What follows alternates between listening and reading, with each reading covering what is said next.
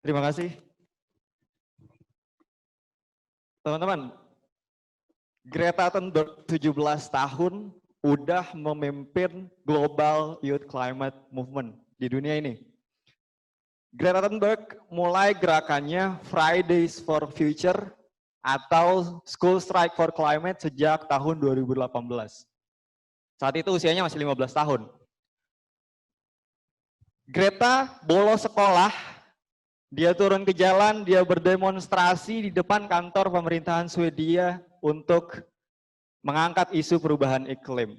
Dia menuntut pemerintahan Swedia untuk lebih aware kepada perubahan iklim yang sedang terjadi di dunia ini. Teman-teman, Greta saat itu masih menjadi seorang pelajar.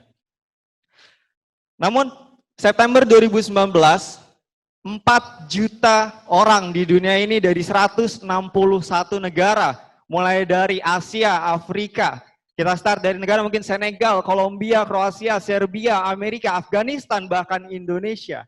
Di Jakarta melaksanakan demonstrasi pada September 2019 ikut gerakan Greta Thunberg. Teman-teman, now stop, imagine. Gimana kalau gerakan Greta Thunberg nggak muncul di tahun 2018? Gimana kalau gerakan Greta muncul di tahun yang belum kita kenal apa yang namanya sosial media?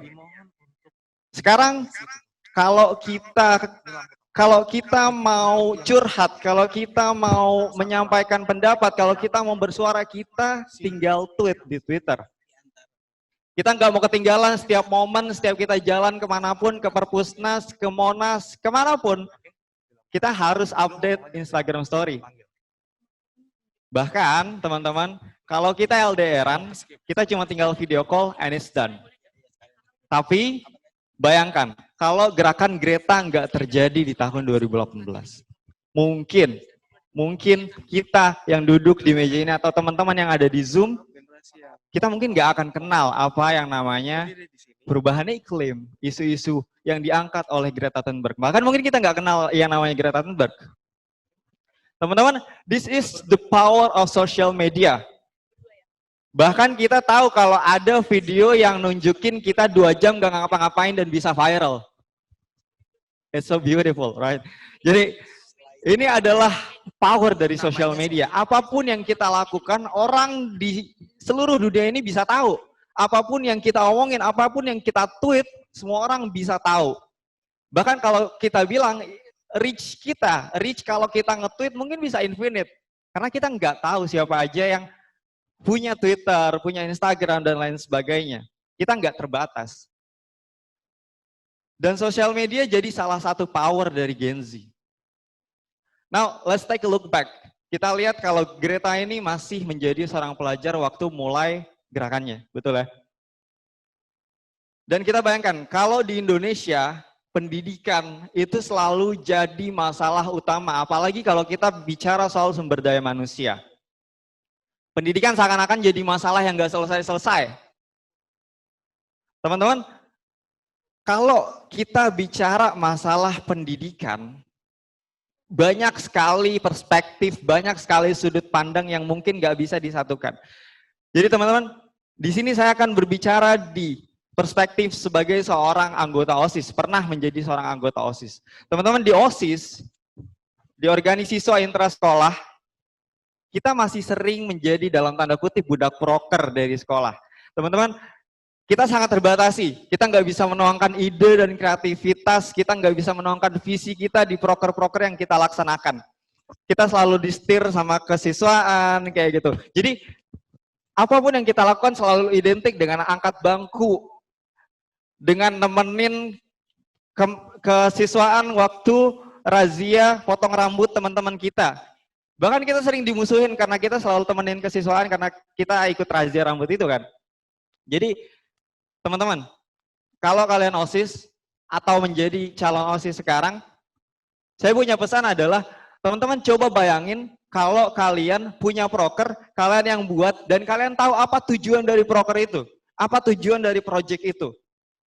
Bukan cuma Kakak kelas kita udah buat proker A, kita harus buat proker A. No. Jangan sampai apapun yang kita lakukan harus disetir sama kakak kelas, lu harus ikutin apa yang gue mau. Karena kita udah ngelaksanain ini 1 tahun lalu kayak gitu. Teman-teman, kalau kita bicara masalah OSIS lagi, mungkin kita identik dengan kita kalau punya project, nggak tahu apa tujuan kita kan. Banyak pengalaman kita adalah kalau di OSIS kita buat proker itu karena ikut-ikutan dari sekolah sebelah. Saya ada satu sekolah A, sekolah B tetanggaan, yang satu buat pensi, ya. Sekolah B nggak mau kalah. Tapi sekolah B buat pensi bukan untuk meningkatkan, musik, meningkatkan industri kreatif, industri musik di daerahnya, bukan. Tapi karena nggak mau kalah sama sekolah A, kayak gitu ya. Dan kayaknya itu nggak proper deh kalau kita selalu ngelakuin itu setiap tahun. Kita harus berani mulai perubahan. Dan itu harus dimulai dari kita, teman-teman. Teman-teman OSIS, teman-teman pelajar, kita harus mulai. Greta, masalah kita adalah Greta, dia bolos sekolah untuk turun ke jalan protes soal perubahan iklim.